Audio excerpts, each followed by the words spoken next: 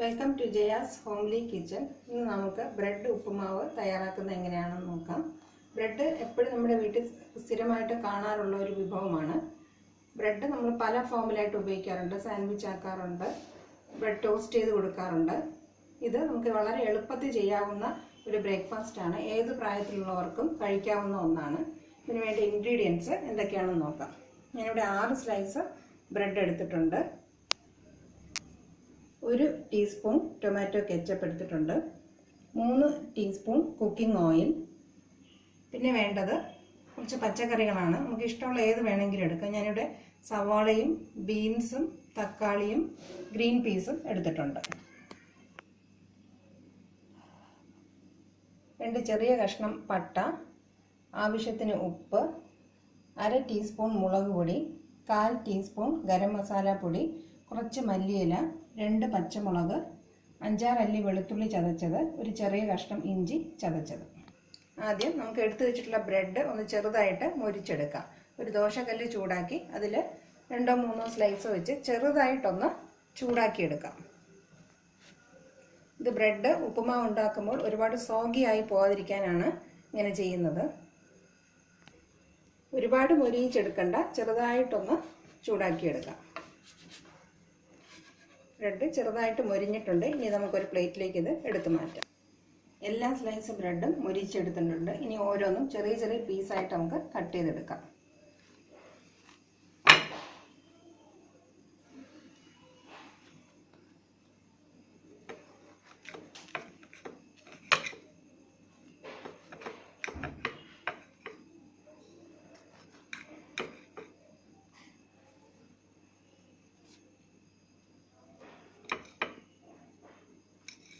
ഈ അളവിലുള്ള ചെറിയ പീസായിട്ട് നമുക്ക് എല്ലാം കട്ട് ചെയ്തെടുക്കാം.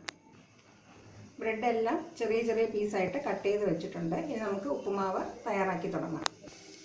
ഒരു പാത്രം ചൂടാകുമ്പോൾ എണ്ണ ഒഴിച്ചു കൊടുക്കാം. പട്ട, പച്ചമുളക്, ഇഞ്ചി, വെളുത്തുള്ളി എന്നിവയിട്ട് 1 മിനിറ്റ് നന്നായിട്ട് വഴറ്റണം. സവാളയും ചേർത്ത് 1-2 മിനിറ്റ് നന്നായിട്ട് വഴറ്റണം. ഇനി ബീൻസ് ചേർത്ത് കൊടുക്കാം.